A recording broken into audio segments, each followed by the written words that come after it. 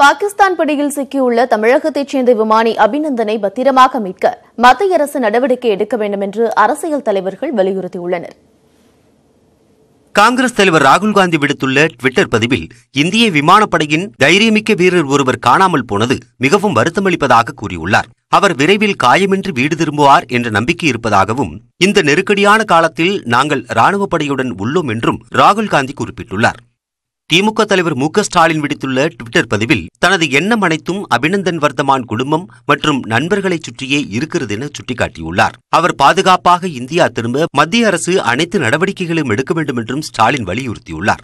அபிநந்தன் பத்திரமாக வீடு திரும்ப வேண்டும் என்று பிரார்த்திப்பதாக கூறியுள்ள டெல்லி முதலமைச்சர் அரவிந்த் கெஜ்ரிவால் தைரியமிக்கவரான அவரை காப்பாற்ற வேண்டும் என்றும் வலியுறுத்தியுள்ளார். இதேபோல் ஆந்திர முதலமைச்சர் சந்திரபாபு நாயுடுவும் சமாஜ்வாதி கட்சித் தலைவர் அகிலேஷ் யாதவும் அபிநந்தன் பத்திரமாக வீடு திரும்ப வேண்டுமென இறைவனை பிரார்த்திப்பதாக கூறியுள்ளனர். பாகிஸ்தான் பிடியில் அபிநந்தன் சிக்கியது மிகவும் வேதனையளிப்பதாக தெரிவித்துள்ள புதுச்சேரி முதலமைச்சர் நாராயணசாமி அவரை மீட்க அனைத்து விதமான நடவடிக்கைகளை மேற்கொள்ள வேண்டுமென மத்திய அரசுக்கு வலியுறுத்தியுள்ளார்.